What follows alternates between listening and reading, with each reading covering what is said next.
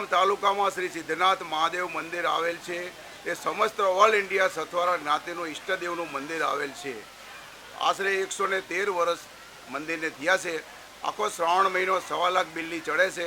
સવારે પૂજા થાય છે અને સાંજે પણ મહાઆરતીની પૂજા થાય છે અને સર્વ હરિભક્તો 5:30 ધૂન ચાલુ થાય છે। 6:30 વાગ્યા સુધી ભજન કીર્તન ચાલે છે અને આખા વિરમગામ તાલુકાના સમસ્ત જ્ઞાતિના ઈષ્ટદેવ ધાર્મિક પ્રેમી ભજન કીર્તન કરે છે અને શ્રાવણ મહિનામાં 7મ 8મનો 5 દિવસનો મેળો એનું આયોજન કરેલ છે અને દર વર્ષે ભાઈ ભક્તો ઉમટી પડે છે અને શ્રી સિદ્ધનાથ મહાદેવનું એટલું બધું મંદિર ગુંજગાન વાગે છે અને સર્વ હરિભક્તો તેનો લાભ છે લે છે અને સર્વ હરિભક્તોની જે આશા છે સિદ્ધનાથ દાદા પરિપૂર્ણ કરે છે અને કોઈને નિરાશ જવા નથી દેતા।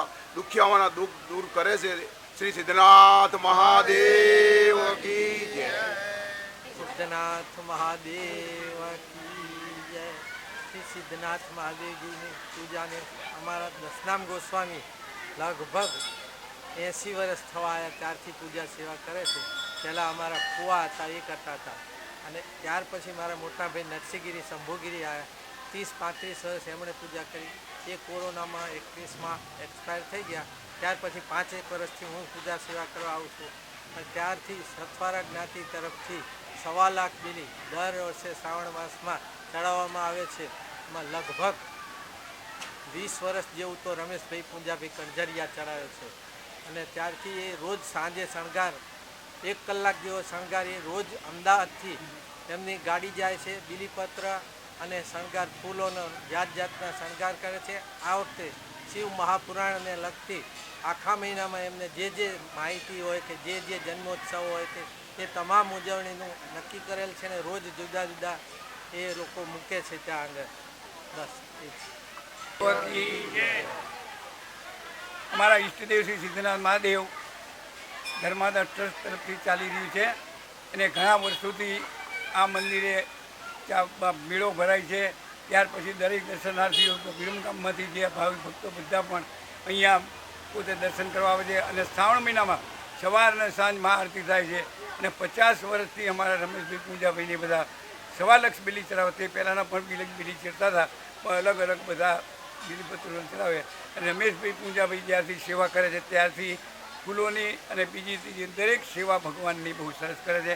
ચાલુ વર્ષે આ મહાપુરાણ શિવ મહાપુરાણનું દર્શન આપે છે એવો એમનો ખૂબ ખૂબ ધન્યવાદ છે।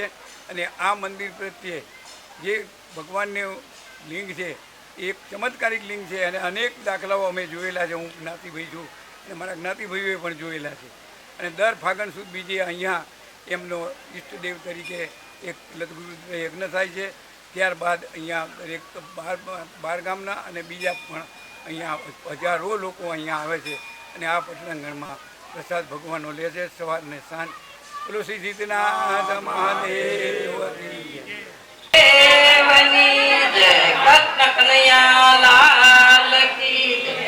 અમે આ સિદ્ધનાથ દાદાનો ભજન કીર્તન કરીએ છીએ।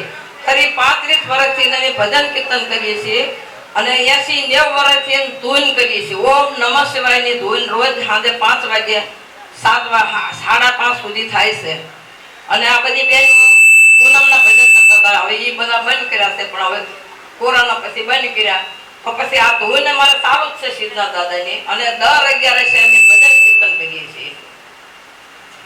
મારા માથે મેર છે દાદાની એટલે અમે આ બધું અમે ચાલુ રાખીએ છીએ।